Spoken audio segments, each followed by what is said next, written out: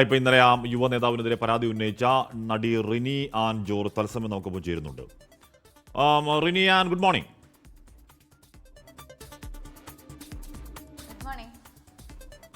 ഇന്നലെ വെളിപ്പെടുത്തൽ നടത്തി. ഇന്നലെ മാധ്യമങ്ങൾ കൂടെ ഈ പറയുന്ന കാര്യങ്ങളൊക്കെ കുറച്ചുകൂടി സ്പെസിഫിക്കായ കാര്യങ്ങൾ പറയുന്നുണ്ട്. അപ്പം നേതാവിന് പേര് പറയുന്നില്ലെങ്കിലും അതിനുശേഷം റിനിയുടെ ജീവിതം എങ്ങനെയാണ്? ആരെങ്കിലുമൊക്കെ വിളിക്കുന്നുണ്ടോ? ആരെങ്കിലുമൊക്കെ ഏതെങ്കിലും തരത്തിലുള്ള കോംപ്രമൈസ് ടോക്കിന് വരുന്നുണ്ടോ? എന്താണ് ഇന്നലെ ആ വെളിപ്പെടുത്തലിന് ശേഷമുള്ള ജീവിതം റിനി? അല്ല, എനിക്ക് അങ്ങനെ ഏതെങ്കിലും ഒരു പ്രസ്ഥാനത്തിൽ നിന്ന് അങ്ങനെയുള്ള കോളുകൾ കാര്യങ്ങൾ വന്നിട്ടില്ല. സ്വാഭാവികമായിട്ടും എൻ്റെ സുഹൃത്തുക്കളും പരിചയക്കാരും ഒക്കെ എന്താ സംഭവം എന്നൊക്കെ ഉള്ള രീതിയിൽ വിളിക്കുന്നുണ്ട്. അത്തരത്തിലുണ്ട്. പിന്നെ ചാനൽസ് നമ്മളെ കോണ്ടാക്ട് ചെയ്യുന്നുണ്ട്. പിന്നെ ചില പെൺകുട്ടികൾ നമുക്ക് മെസ്സേജുകൾ ചെയ്യുന്നുണ്ട്, നമ്മളോട് സംസാരിക്കുന്നുണ്ട്. അതായത് സമാനമായിട്ടുള്ള പ്രശ്നങ്ങൾ ഫേസ് ചെയ്തിട്ടുണ്ടെന്നും പക്ഷെ അത് പുറത്തേക്ക് പറയാനുള്ള ധൈര്യമില്ല, വീട്ടുകാരോട് പോലും പറയാനുള്ള ധൈര്യമില്ല എന്നുള്ള രീതിയിൽ.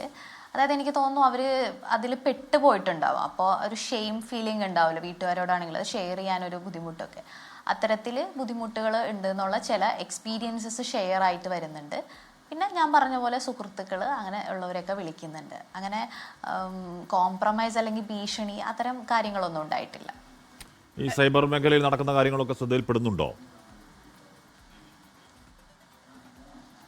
തീർച്ചയായിട്ടും സൈബർ ഇടത്തിൽ നല്ല രീതിയിൽ ആക്രമണങ്ങൾ ഉണ്ടാവുന്നുണ്ട്. പക്ഷെ ഞാനതിനെ ഭയക്കുന്നില്ല. കാരണം എന്ന് വെച്ചാൽ സോഷ്യൽ മീഡിയ രീതി നമുക്കറിയാം. അതായത് ഒരാൾ എന്തെങ്കിലും ഒരു കാര്യം പറയുമ്പോൾ അതിനെതിരെ നിൽക്കുന്ന വ്യക്തികൾ അത് സൈബർ അറ്റാക്ക് എന്നുള്ള രീതിയിലേക്ക് അത് കൊണ്ടുവരും എന്നുള്ളത് നേരത്തെ തന്നെ എനിക്കറിയാം. പിന്നെ ഞാൻ ഇത്തരം കാര്യങ്ങളിൽ അതൊരു വലിയൊരു ഇത് കൊടുക്കുന്നില്ല. അങ്ങനെ മോശം കമൻറ്റുകൾ വന്നു എന്നുകൊണ്ട് അത് പേടിച്ച് അതുകൊണ്ട് ഭയപ്പെട്ട് ഞാൻ പിന്മാറും. അല്ലെങ്കിൽ അതിനുവേണ്ടി ശ്രമിക്കുന്ന ആൾക്കാർ മനസ്സിലാക്കേണ്ട ഒരു കാര്യം, അങ്ങനെയൊന്നും ഭയപ്പെടുന്ന ഒരു വ്യക്തിയല്ല ഞാൻ. ആ രീതിയിൽ എന്നെ ട്രീറ്റ് ചെയ്യാൻ പറ്റില്ല എന്നുള്ളതാണ്. റിനി, ഞാൻ സ്മിത, ഹാഷ്മിക്കൊപ്പം ഞാനും ഉണ്ട്. പലപ്പോഴും പെൺകുട്ടികൾ ഈ ഒരു പ്രശ്നമുണ്ടായാൽ കുറേ ദിവസത്തേക്ക് പറയുന്നില്ല, അതിനുശേഷം ഒരു ധൈര്യം കിട്ടുമ്പോൾ അവർ പറയുന്നു. അപ്പോൾ പൊതുവേ അവരോടുള്ള ഒരു ചോദ്യം ഉണ്ടാകാറുള്ളത്, എന്തുകൊണ്ട് നിങ്ങൾ അന്ന് തന്നെ ഇത് പ്രതികരിച്ചില്ല? ഇപ്പോൾ റിനിയുടെ കാര്യത്തിൽ ഇപ്പോൾ നമ്മുടെ സന്ദേശങ്ങളിൽ ഞാൻ നോക്കുമ്പോഴും എന്തുകൊണ്ട് അന്ന് ഇത് പറഞ്ഞില്ല എന്നുള്ളൊരു ചോദ്യമാണ്. റിനിക്ക് അതിനോടുള്ള മറുപടി എന്താ? അതായത് ഒരു സംഭവം ഉണ്ടാകുമ്പോൾ അതൊരു ചെറിയൊരു സംഭവമാണെങ്കിൽ പോലും അത് നമ്മൾക്കൊരു ടൈം എടുക്കും. കാരണം നമ്മളത് വിചാരിച്ചുകൊണ്ടല്ലല്ലോ ഇരിക്കുന്നത്, ഇങ്ങനൊരു സംഭവം ഉണ്ടാവും എന്ന് വിചാരിച്ചുകൊണ്ടല്ല.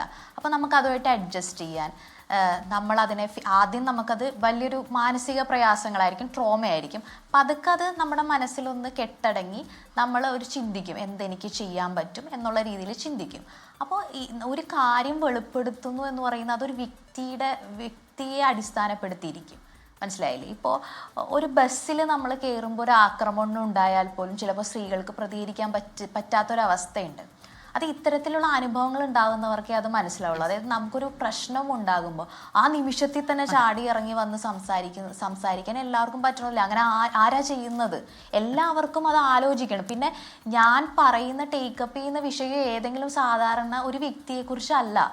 അതായത് ഞാൻ പറയുന്നത് ഒരു വലിയ സംവിധാനത്തിനെതിരെ തന്നെയാണ് സംസാരിക്കുന്നത്. അപ്പോൾ എങ്ങനെ സംസാരിക്കണം, എപ്പോൾ സംസാരിക്കണം, എപ്പോൾ പേര് വെളിപ്പെടുത്തണം എന്നല്ലേ എനിക്ക് ആലോചിച്ചേ ചെയ്യാൻ പറ്റുള്ളൂ. അല്ലാതെ ഇപ്പം ഈ സൈബർ ഇടത്തിൽ പറയുന്നത് പോലെ അവർ പറയുന്നത് പോലെ ഞാൻ പറഞ്ഞാൽ അവരെന്നെ സംരക്ഷിക്കുമോ? ഇനിയിപ്പോൾ ഞാൻ പറഞ്ഞു കഴിഞ്ഞാലും എന്തായിരിക്കും സ്ഥിതി?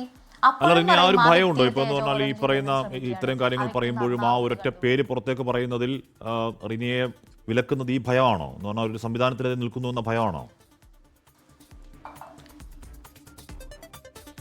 ഭയമല്ല, ആക്ച്വലി എനിക്കുള്ളൊരു സ്നേഹമാണ്. കാരണം എനിക്ക് ആ പറയുന്ന പ്രസ്ഥാനത്തോടെ എനിക്കൊരു സ്നേഹവും പ്രതിബദ്ധതയും ഉണ്ട്.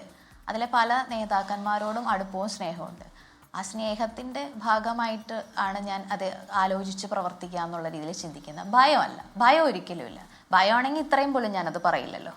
റിനി, നമ്മൾ എത്ര കണ്ടതാണ്, എത്ര പ്രസ്ഥാനങ്ങൾ ഇതുപോലെയുള്ള പ്രശ്നക്കാരായ വ്യക്തികളെ പ്രസ്ഥാനം തന്നെ അങ്ങ് തള്ളിക്കളയുന്നതായിട്ട് നമ്മൾ കണ്ടത്. അതുകൊണ്ട് ഒരു വ്യക്തിക്കെതിരായ ആരോപണമോ അല്ലെങ്കിൽ ആരോപണം എന്നല്ല, ഇപ്പോൾ റിനിക്കുള്ള പരാതിയോ അത് കൃത്യമായി റിനി പറഞ്ഞാൽ എങ്ങനെയാ പ്രസ്ഥാനത്തിനെതിരെയാകും? അത് നമുക്കറിയാമല്ലോ. എത്രയോ മനുഷ്യരുണ്ട്, നമുക്ക് നല്ല മാതൃകകളാകാവുന്ന എത്രയോ മനുഷ്യർ ഈ പ്രസ്ഥാനങ്ങളിലൊക്കെ ഉണ്ട്.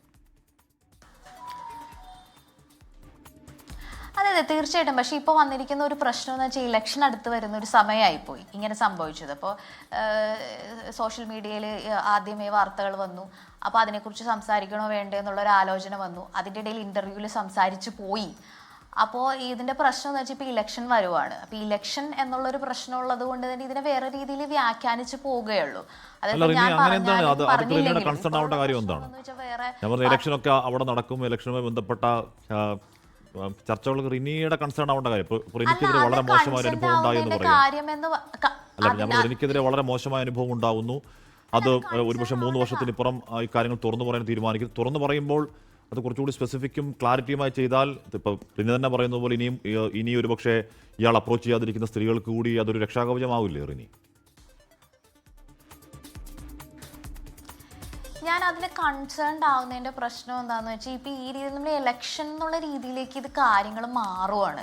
ഇതൊരു സ്ത്രീ പ്രശ്നം എന്നുള്ള രീതിയിൽ, അല്ലെങ്കിൽ ഒരു സ്ത്രീ വെളിപ്പെടുത്തി അല്ലെങ്കിൽ മറ്റു സ്ത്രീകളുടെ പ്രശ്നങ്ങൾ എന്നുള്ള രീതിയിലേക്കല്ല ഇത് സോഷ്യൽ മീഡിയയിലും ഒക്കെ വരുന്നത്. ഇതൊരു ഇലക്ഷൻ യുദ്ധമായിട്ട് മാറുകയാണ്. ഇപ്പം ഞാൻ പല നേതാക്കന്മാരുമായിട്ട് എനിക്ക് പരിചയമുണ്ട്, പല പ്രസ്ഥാനങ്ങളിലെ നേതാക്കന്മാരുമായിട്ട് പരിചയമുണ്ട്, ഫോട്ടോസ് എടുത്തിട്ടുണ്ട്.